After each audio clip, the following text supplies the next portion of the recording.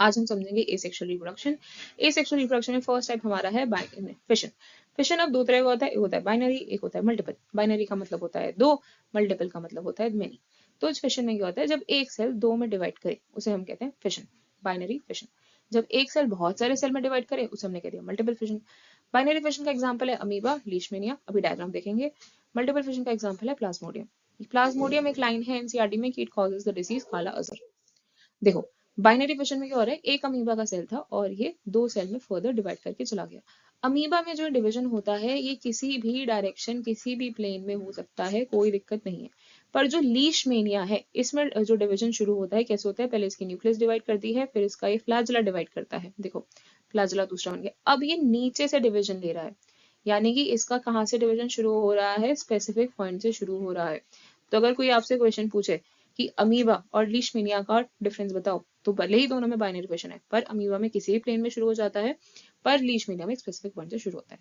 ये क्या है, ये हमारा प्लाज्मोडियम है, इसके अंदर ये जो सारे सेल्स हैं हमारे, ये है हमारे डॉटर सेल, और इसके पीछे ऊपर जो है कि हार्ड प्रोटेक्टिव कवरिंग है। सेकेंड है फ्रेगमेंटेशन। फ्रेगमेंटेशन में क्या होता है कि एक लार्ज मल्टी सेलुलर ऑर्गेनिज्म होता है जो कि छोटे छोटे टुकड़ों में यानी कि फ्रेगमेंट में ब्रेक हो जाता है और हर फ्रेगमेंट एक नया ऑर्गेनिज्म बन जाता है। ठीक है, इसका एग्जांपल है स्पाइरोगायरा। स्पाइरोगायरा क्या है, एक ग्रीन कलर की एल्गी है, इसके ऊपर रिबन लाइक जैसे क्लोरोप्लास्ट होता है। तो हमारा अगर ये एक स्ट्रेट लाइन में है हमारा स्पाइरोगायरा, इसके अलग अलग सेल्स हैं, तो ये अलग अलग फ्रेगमेंट में टूट गया और इसने नया ऑर्गेनिज्म बना दिया। नेक्स्ट आया रीजनरेशन। रीजनरेशन में क्या होता है, एक ऑर्गेनिज्म कट होता है। फ्रैगमेंटेशन में ब्रेक हो रहा था फ्रैगमेंट में, यहाँ पे कट हो रहा है। इसमें क्या होता है, सारे जो कट पार्ट होंगे वो अपना मिसिंग पार्ट को रीजनरेट कर लेंगे और नया ऑर्गेनिज्म बना देंगे। जैसे ये प्लेनेरिया है, प्लेनेरिया क्या हुआ, तीन हिस्सों में कटा।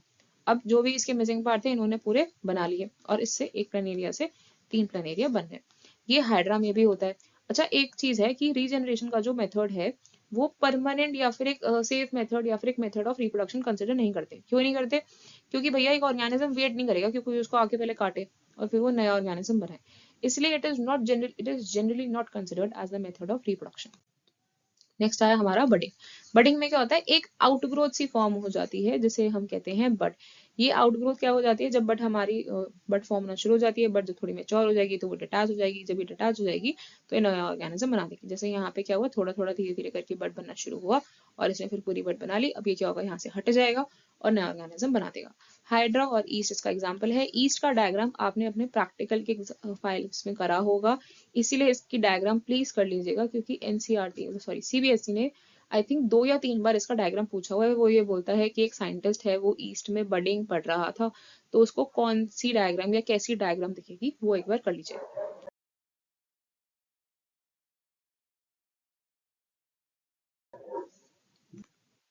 नेक्स्ट आया वेजिटेटिव प्रोपेगेशन। वेजिटेटिव प्रोपेगेशन में क्या होता है, हम वेजिटेटिव पार्ट यूज करते हैं। फ्लावर क्या होता है, फ्लावर के ना सॉरी प्लांट के ना दो पार्ट होते हैं।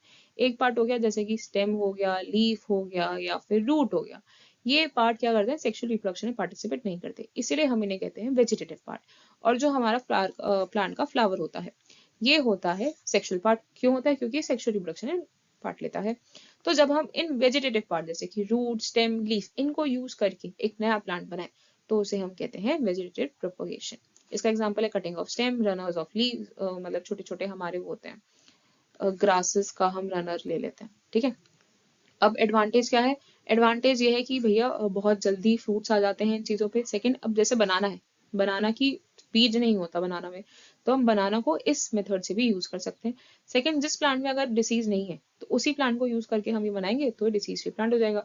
एग्जाम्पल इसका है लीव्स ऑफ ब्रायोफाइलम। अभी हम देखते हैं, देखो ये लीव है ब्रायोफाइलम की। ब्रायोफाइलम की प्लीज स्पेलिंग याद से देख लीजिएगा, बच्चे बहुत ज्यादा गलती करते हैं। अब ये क्या होता है, इसके जो मार्जिन है ना, इन मार्जिन के हम कहते हैं, एनसीईआरटी कहती है नॉचेस। नॉचेस यानी कि मतलब जो कॉर्नर्स होते हैं उनके ऊपर ये छोटी छोटी बड बनना शुरू हो जाती है। अभी जब जैसे पत्ती गिरी इसके ऊपर बड बनी, अब ये बड से हो जाएगा नया ऑर्गेनिज्म बन जाएगा। अब लास्ट आया हमारा एसेक्सुअल रिप्रोडक्शन में स्पोर फॉर्मेशन। स्पोर फॉर्मेशन में क्या होता है कि ये होता है हमारा राइजोपस में। राइजोपस क्या है, राइजोपस एक तरह की फंगस है। राइजोपस में यहाँ पे ये जो पार्ट होता है इसे हम कहते हैं स्पोरांजियोफोर।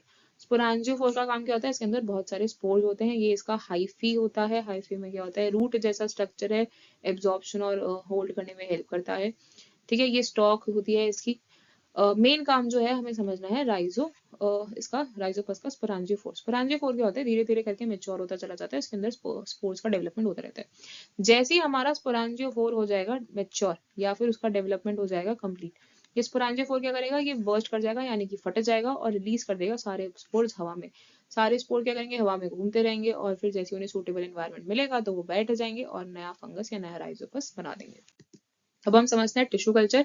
टिश्यू कल्चर एक बॉक्स में है, यूजुअली बच्चे इग्नोर कर देते हैं, क्वेश्चंस कम आए हैं पर एक बार देख लेते हैं। टिश्यू मतलब कि ग्रुप ऑफ सेल्स, तो वही चीज है कि अगर हम एक ग्रुप ऑफ सेल्स यानी कि मास ऑफ सेल्स, जिसको हमने कहा साइंटिफिक टर्म में कैलस, इसको लेते हैं, इसको ग्रो करने करवाते हैं और क्या करते हैं, इसको प्लांट हार्मोन देते हैं। स्पेसिफिकली कौन से plant hormone, oxygen and gibberellic acid.